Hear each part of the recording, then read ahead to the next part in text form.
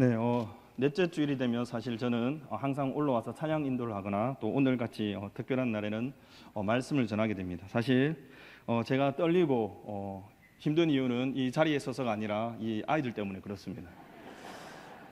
아이들이 혹시나 찬양하다가 실수하진 않을까, 틀리지 않을까 마음이 조마조마합니다. 그래서 넷째 주마다 올라오면 평소에 느끼지 못하던 긴장감이 저를 사로잡고 있습니다. 사실 이렇게 제가 두려운 마음을 가지고 있는 것은 한편으로 반대로 생각하면 좋은 것입니다. 왜냐하면 이 아이들이 잘하고 못하고는 물론 개인의 책임도 있겠지만 담당하고 있는 저의 책임이라고 생각하고 사역을 하고 있기 때문에 더 그렇습니다. 특별히 여기 앉아있는 분들도 마찬가지일 겁니다. 물론 우리 교회 자녀들로 우리들이 기도하고 있지만 특히 부모님 되시는 분들 또 손자 손녀가 여기 앉아있으면 더 특별히 신경을 쓰고 봅니다. 더 눈을 크게 뜨고 보면서 내 자녀가 내 손주가 틀리진 않나 또 여러 가지 실수하지 않나 보게 되는 것입니다. 사실 그런 관심은 우리에게 좋은 영향력을 끼칩니다. 왜냐하면 나의 자녀가 나의 손주가 내 책임이라는 생각을 가지고 있기 때문입니다. 오늘날 많은 시대 저출산 시대에 살고 있습니다. 이것은 근본적인 원인은 우선 결혼을 하지 않고 있는 것이 먼저 시작되고 있습니다.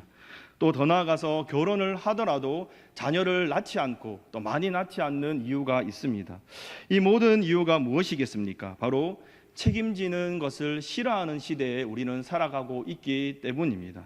그래서 자신의 책임이 많으면 많을수록 삶이 힘들고 어렵다라고 생각하기 때문에 그 모든 책임을 내가 지고 가야 되기 때문에 라는 생각으로 우리는 책임을 지기 싫어하는 시대에 살아가고 있습니다. 이처럼 아이를 낳아보면 실감하게 됩니다. 첫째를 낳아보면 어느 정도 크다 보면 둘째가 태어나면 다시금 육아하게 됩니다. 또 특별히 할아버지 할머니가 되면 이제 아이들 다 장성시켜 나왔는데 손주 손녀들 보면서 제2의 육아의 시간을 보내는 일들도 허다하게 일어나게 되는 것입니다. 이처럼 책임진다는 것은 우리에게는 참으로 부담스러운 일일 수 있습니다. 그런데 오늘 말씀을 통하여서 책임지는 사람의 삶은 어떠한지, 그 삶이 하나님 안에 거하였을 때는 어떠한 복을 누리고 있는지 우리는 말씀을 통하여 한번 살펴보고자 합니다. 오늘 이 창세기 20장의 말씀은 뭔가 들어봤을 또 이전에 일어났던 일이 아닌가라고 우리는 생각을 합니다. 우리가 잘 알고 있듯이 창세기 12장 말씀에 똑같은 일을 반복하고 있습니다. 물론 그 대상이 다릅니다. 창세기 12장의 말씀은 이집트 왕에게 찾아갔을 때에 자신의 아내를 누이라 속이는 일을 하였습니다. 오늘 본문의 말씀은 바로 아비멜렉 왕에게 자신의 아내를 누이라고 속이는 일로 시작되고 있음을 우리는 말씀을 통하여 알 수 있습니다. 그런데 오늘 본문의 말씀은 19장에서 20장으로 바로 시간의 순서로 이어져 내려온 것은 아닙니다. 왜냐하면 모압과 암몬 자손의 조상을 설명한 것은 바로 그 이후의 일이기 때문에 그렇습니다. 그렇다면 오늘 이 20장의 말씀이 왜 19장 다음에 나오고 있는지 이후에 우리 말씀을 한번 살펴보도록 하겠습니다. 우선 오늘의 이 본문의 말씀은 아브라함이 그곳에 거하게 되었습니다. 그런데 그 땅 왕 아비멜렉이 그 아내 사라를 취하게 되는 일들이 발생하게 됩니다. 그런데 그 취한 이유는 우리가 잘 알고 있듯이 그의 아내 사라를 자기 누이라라고 이야기했다고 2절 말씀에 설명해 주고 있습니다. 그렇기 때문에 누이기 때문에 아비멜렉 왕은 서슴지 않고, 왜냐하면 그 시대에는 많은 왕들이 자신의 후궁들을 많이 두었기 때문에 이러한 일은 평범하게 빈번하게 일어난 일이었기 때문에 그렇습니다. 그런데 그날 밤에 드디어 일이 일어나게 됩니다. 하나님께서 아비멜렉에게 나타나셔서 그에게 말씀하셨습니다. 이 여인으로 말미암아 네가 죽으리니 남편이 있는 여자라고 말씀하였던 것입니다. 오늘 이 본문의 말씀을 보면 우리는 조금 어렵습니다. 이 아비멜렉이 전혀 잘못이 없습니다. 왜냐하면 아브라함이 자신의 아내를 아내라 하지 않고 누이라 속인 일로 인하여서 이 일이 일어났기 때문입니다. 그런데 이 아비멜렉이 하나님 앞에 말씀하는 그리고 기도하는 내용을 우리는 보면 이 아비멜렉이 아브라함을 탓하지 않고 하나님께 먼저 기도하고 있음을 우리는 알 수 있습니다. 아비멜렉이 그 여인을 가까이 하지 아니하였으므로 그가 대답하되 주여 주께서 의로운 백성도 멸하십니까? 라고 4절 말씀에 하나님께 묻고 있다라는 것입니다. 사실 인간의 입장으로 한 나라의 왕으로서 이 아브라함이 얼마나 괘씸하겠습니까? 나에게 과연 거짓말을 해? 내가 한 나라의 왕인데, 한 나라의 대표인데 아브라함이 나에게 이런 거짓말을 해서 나를 죽게 만들게 되었다니라고 화를 내면서 아브라함을 당장 잡아오라라고 이야기할 수도 있었습니다. 그런데 이 아비멜렉은 하나님 앞에 목소리를 듣고 다시금 하나님 앞에 목소리를 드리는 일이 먼저 하고 있다는 것을 우리는 알 수 있습니다. 또한 우리가 기억해야 될 것은 바로 이 아브라함의 거짓말입니다. 우리가 생각하기에 이후에 나오고 있지만 이 아브라함의 아내 사라는 이복 누이가 많습니다. 그래서 누이라는 것은 거짓말이 아닙니다. 쉽게 이야기하면 100% 거짓말이 아니라는 것이죠. 맞는 말이긴 한데 완전히 다 이야기하지 않은 것으로 우리는 알 수 있습니다. 그런데 우리가 여기서 짚고 넘어가야 될 분이 바로 그겁니다. 우리가 이야기를 할 때, 말을 할 때 솔직하게 100% 다 이야기하지 않는 것은 다 거짓말이라는 것입니다. 바로 죄가 그렇습니다. 나에게 유리하고 나에게 맞는 말을 한다는 것은 용납될 수 없는 일입니다. 그런데 우리는 이 세상을 살다 보면 나에게 유리한 말만 하고 불리한 말을 하지 않는다고 해서 그것이 타당하다고 생각하는 것은 잘못이라는 것을 우리는 먼저 알고 넘어가야 됩니다. 아브라함이 거짓말을 한 이유가 바로 11절 말씀에 나타나고 있습니다. 이곳에는 하나님을 두려워하는 사람이 없어서 이런 거짓말을 했습니다라고 이 아비멜렉과의 대화 가운데 우리는 이 내용을 알 수 있습니다. 그리고 이 일로 통하여서 바로 아브라함이 자신의 아내를 누이라고 이야기하고 이 왕은 그 사라를 데리고 갔던 사건입니다. 그런데 이 아브라함이 누이라 하였고 사라도 그 남편을 오라비라고 하였던 것입니다. 어떻게 보면 쿵짝이 맞아서 감쪽같이 이 아비멜렉을 속인 사건임을 우리는 알 수 있습니다. 그리고 나온 이후에 이 아비멜렉이 이 하나님 앞에 기도합니다. 나는 온전한 마음과 깨끗한 손으로 이런 일을 하였습니다라고 하나님 앞에 기도하고 있는 것입니다. 이처럼 아비멜렉이 자신이 깜짝같이 속은 일을 화를 내지 않고 분을 내지 않고 하나님 앞에 먼저 엎드려 기도하고 있는 모습이 나오고 있다라는 것입니다. 그러자 하나님께서 아비멜렉에게 나타나셔서 그래 나도 너의 마음을 알고 있으니 너에게 나타나 범죄하지 않도록 내가 지금 너에게 말씀해 주고 있다라고 이야기하고 있는 사건입니다. 아비멜렉 입장에서는 황당하지 않겠습니까? 먼저 사람의 마음으로 왕의 위치로 아브라함을 그냥 둘 수 없는 심정이 있을 수도 있겠지만 하나님도 그렇지 나도 모르고 저 사람들이 나를 감쪽같이 속였는데 이 모든 일을 왜 나에게 책임지라고 하시는가? 내가 거짓말한 것도 아니고 내가 잘못한 것도 아닌데 왜 내가 죽어야 되고 나에게 속한 모든 자를 죽이시려고 하는가? 하나님께 따지고 원망을 할 수도 있는 일이었습니다. 그럼에도 불구하고 아비멜렉은 아침 일찍이 일어나 모든 종들을 불러 모았습니다. 그리고 그들에게 이야기합니다. 이 일을 통하여 우리가 다 죽을 수 있다. 그리고 아브라함을 불러서 이야기를 하고 대화를 합니다. 네가 어찌하여 우리에게 이러한 일을 하게 하였고 큰 죄에 빠질 뻔하게 하였느냐라고 물었습니다. 이 말에는 바로 아비멜렉의 책임감이 묻어져 나오고 있습니다. 9절 말씀에 내가 무슨 죄를 범하였기에 내가 나와 내 나라가 큰 죄에 빠질 뻔하게 하였느냐라고 이야기하고 있는 부분을 우리는 자세하게 또 그리고 집중해서 보아야 되는 것입니다. 이처럼 오늘 이 아비멜렉의 등장에 바로 좀 전에 이야기했던 19장의 말씀을 우리는 잠시 돌아가 보아야 됩니다. 시간의 순서로 20장이 들어가 있는 것이 아닙니다. 그렇다면 왜 19장 다음에 20장 이 아비멜렉 왕이 나타나 있는지 하나의 교훈을 깨달을 수가 있습니다. 19장 말씀을 우리는 잘 알고 있습니다. 무엇입니까? 바로 소돔의 죄악으로 멸망당하는 일이 있습니다. 그런데 이 소돔 왕은 어떤 왕이었습니까? 바로 아브라함이 자신의 군대를 이끌고 가서 그 왕과 그 백성들과 그 소유들을 모두 구출해내어 준 이러한 일들을 경험한 왕이었습니다. 그런데 그 소돔 왕과 그 땅은 어떠하였습니까? 죄가 가득하였습니다. 그뿐만 아니라 자신이 왕으로 살아가면 어떻게 해야 됩니까? 그 백성들을 책임져야 됩니다. 그 나라를 책임지는 자리가 바로 왕의 자리입니다. 그런데 이 죄악으로 인하여서 멸망받을 그 사건에 왕은 한 번도 나타나지 않습니다. 그리고 백성들이 죄를 짓고 백성들이 암흑 가운데 살아갈 때도 이 왕은 나타나서 그들에게 한 번도 이야기하지 않습니다. 백성들에게 찾아가서 이전의 일들 기억해 보라고, 아브라함을 통하여서 하나님께서 우리에게 주신 은혜가 얼마나 크냐고 그들에게 가르치며 그들을 바르게 인도하여야 될 왕임에도 불구하고 소돔 왕은 아무런 일을 하지 않습니다. 오히려 같이 죄를 짓고 그 땅 가운데 멸망을 받게 되었다라는 사실입니다. 이처럼 소돔 왕과 아비멜렉 왕을 하나님께서는 비교하여 우리에게 보여주고 있다라는 사실입니다.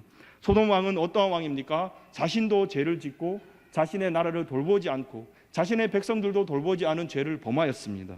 그런데 아비멜렉 왕은 어떠합니까?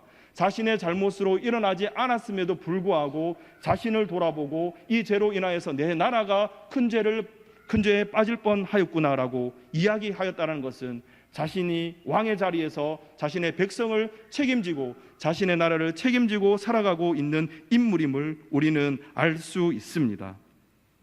이처럼 이 아비멜렉의 삶을 통하여 우리는 몇 가지 교훈을 얻을 수가 있습니다. 우리의 삶은 바로 하나님 앞에 우리 책임을 전가하거나 하나님 앞에 우리는 묻을 수가 없습니다. 이 아비멜렉 왕처럼 하나님 앞에 우리의 모든 삶과 우리의 모든 주인, 우리의 책임을 지시는 분은 누구이십니까? 하나님이신 것을 깨달아야 됩니다. 소돔 왕은 자기 자신이 책임을 지려고 하고 자기 자신이 모든 것을 누리려고 하였기 때문에 그 땅 백성들을 돌보지 못했습니다. 그런데 아비멜렉 왕은 하나님 앞에 기도함을 통하여서 하나님 앞에 간구함을 통하여서 자신의 나라와 백성들을 돌보고 있다라는 사실입니다. 이처럼 하나님의 사람으로 살아간다는 것은 책임지는 삶을 살아간다라는 사실입니다. 이처럼 하나님 안에 거하면서 살아가니까 죄에 민감하게 됩니다. 죄를 짓지 않았음에도 불구하고 죄를 지을 뻔하였다라는 그 사실에도 놀라워하며 두려워하였다는 것을 우리는 말씀을 통하여 알 수 있습니다. 이처럼 왕은 자신의 잘못으로 일어난 것도 아니지만 책임지는 사람, 그 나라를 위하여서 그 백성들을 위하여 살아가는 사람이 왕이라는 것을 우리는 말씀을 통하여 알 수 있습니다. 그러나 이러한 모습을 통하여 아브라함을 불렀습니다. 아브라함을 불렀더니 아브라함이 어떻게 변명을 합니까? 이렇게 변명을 합니다.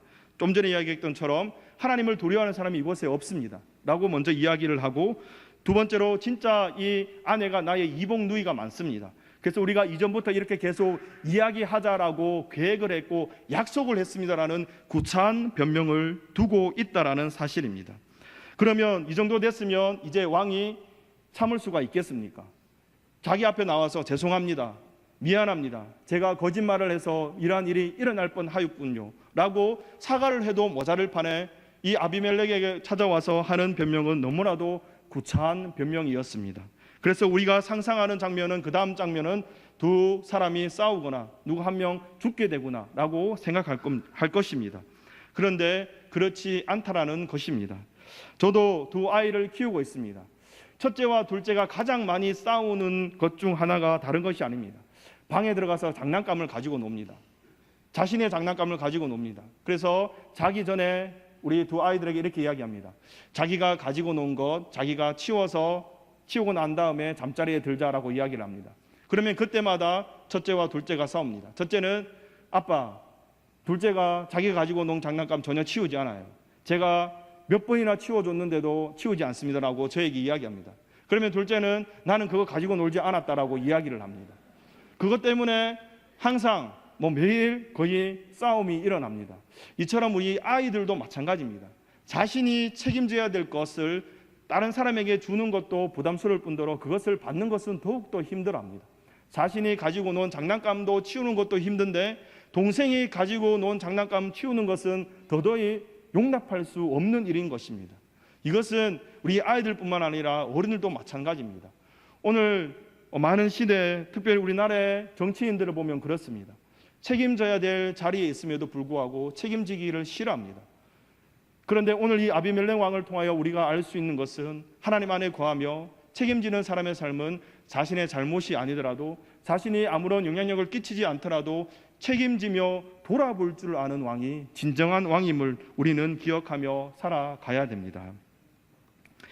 이 아브람과 아비멜렉을 놓고 보면 누가 더 의인인 것 같습니까? 좀 전에 우리가 말씀을 살펴보았듯이 이 아브람은 너무나도 구차한 변명으로 아비멜렉에게 이야기하였습니다. 그와 반해서 아비멜렉은 모든 책임을 지고 아브라함을 불러서 이야기하였습니다. 우리가 보기에는 어떻게 아브라함이 하나님의 사람이지? 오늘 본문에 나오는 선지자지라고 생각할 수 있습니다.